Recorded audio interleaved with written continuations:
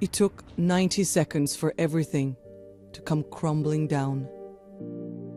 What hit Turkey and Syria on February 6 was a cataclysm of unprecedented proportions.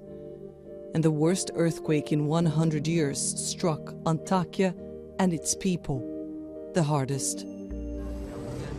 Üçümüz sarıldık. Allah Allah demeye başladık.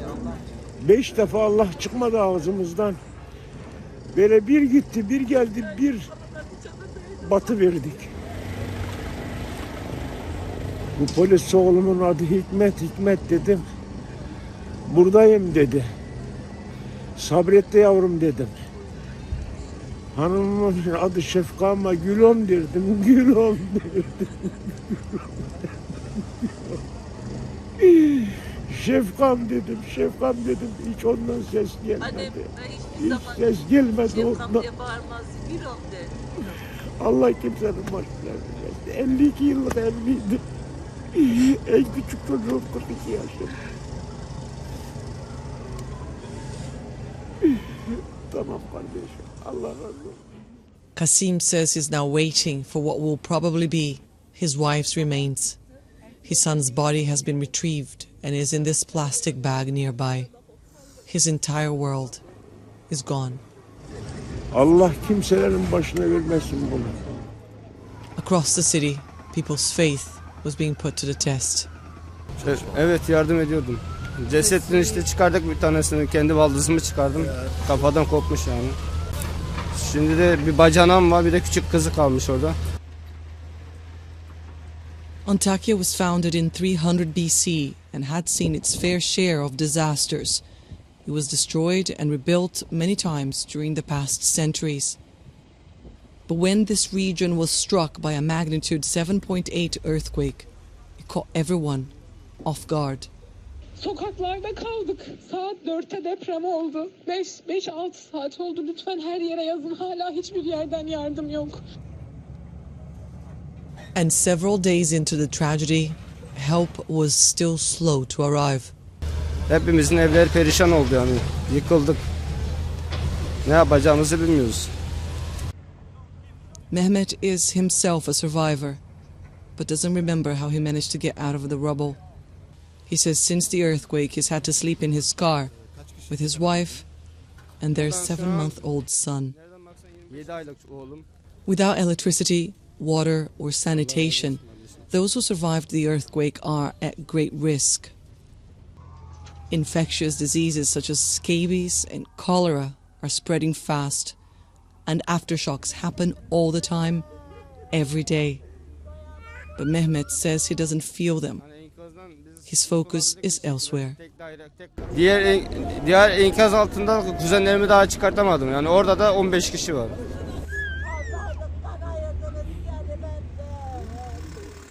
In the first few hours following the earthquake, the only hands available to sift through the rubble were those of survivors who were in shock, wounded, and had never done anything like this before. Then came the volunteers. Erdem is a builder from Istanbul who rushed to Antakya as soon as he heard of the quakes. Gerekeni yapmaya çalıştım. Çıkarttım da işte anneyi çıkarttım. Ve girerken onun yatak odasındaki dolap parçalarını kırarak girdiğimde bana sen benim eşyalarımı niye kırıyorsun, sen kimsin diye bana bağırmaya çalıştı. Hayır dedi, oğlumu çağır dedi, Osman'ı çağır dedi. Ben geçemem, hayatta astımım var benim. Ana! Ana! Astımı var. Yo benim Osman. Bir erkek çocuğu, bir de ablasını çıkarttım. Daha da çok çıkartmak isterdim ama tek kaldığım için ekipler arasında sorun yaşandığı için bizim ekibimiz olsun dedikleri için o yüzden giremiyorum. Artık tek başına bir şey yapacağımı sanmıyorum. Turkish President Recep Tayyip Erdogan said nothing could have been done to prepare the country for such a tragedy. But not everyone here agrees. İlk geldiğimiz günde biz burada Bir jeneratörle bir kompresör bulamadık. Delecektik, bulamadık. AFAD denen kişi yok. Yok. Görevliler hiçbiri yok. Hiç kesinlikle yoktu birinci günü. İkinci günü bazı iş makineleri geldi. Tamam mı? Adamlar diyor ki biz çalışamıyoruz. Niye? Bize emir vermeleri lazım. Bir de yukarıdan emir bekliyorlar. Bir bambaşka bir olay. Yani hiçbir sistemli bir çalışma veyahut da herhangi bir düzenli bir çalışma kesinlikle yok. Ve yok. Olmadı. Hiçbir eğitimli bir kişi buraya gelmedi. Several days after the earthquake, and authorities still didn't seem to have the situation under control, despite an outpouring of international help. Some here blame internal rifts for the chaos.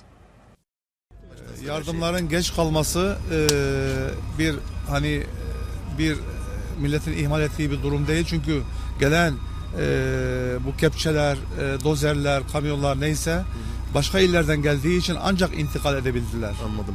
What he says is that like ve şu anda çok mükemmel bir çalışma var. Okay. The response was late but Abi bunda yanılıyorsun.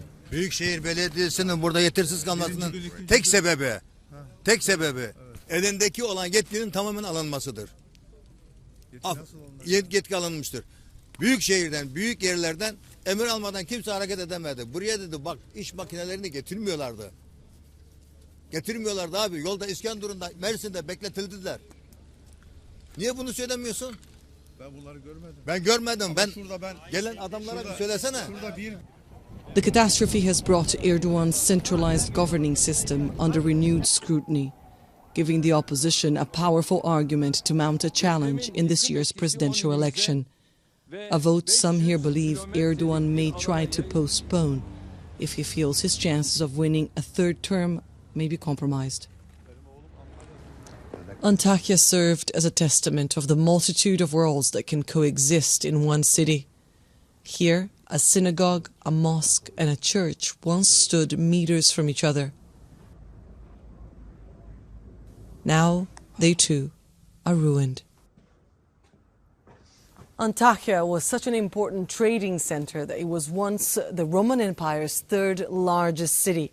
And this, Independence Road, was the world's first lighted street. But look at it now.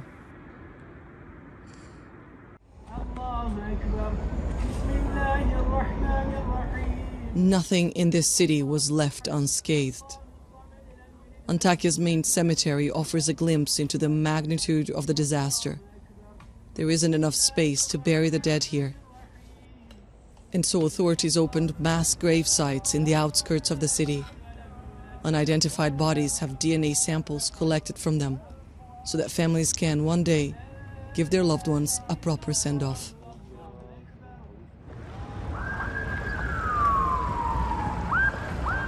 Meanwhile, the race to save the living continued well past what felt like a normal window of opportunity. Amirim, söylediğim lokasyonun bir yan sokağında canlı ihbarı var. Oraya devam edelim mi?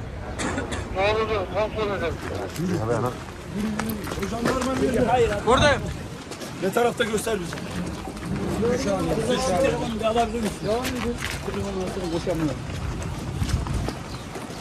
Abi ileri gidin sizi yönlendirirler. Geldiğimiz enkazda canlı emaresine rastladık. Arama kurtarma köpeğimiz gece şu an arama başlatıyor. Oradan alacağımız sonuca göre arkadaşlarla birlikte devam edeceğiz. And against all odds, survivors kept appearing.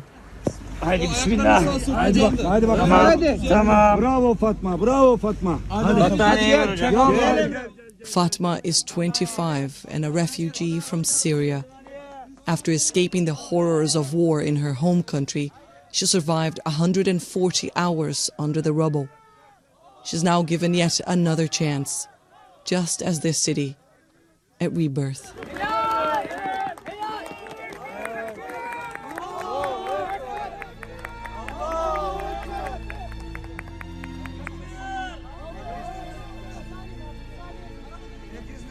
Arkadaşlar çok sağ olun. Elinize sağlık abi, elinize sağlık. Congratulations. Well done.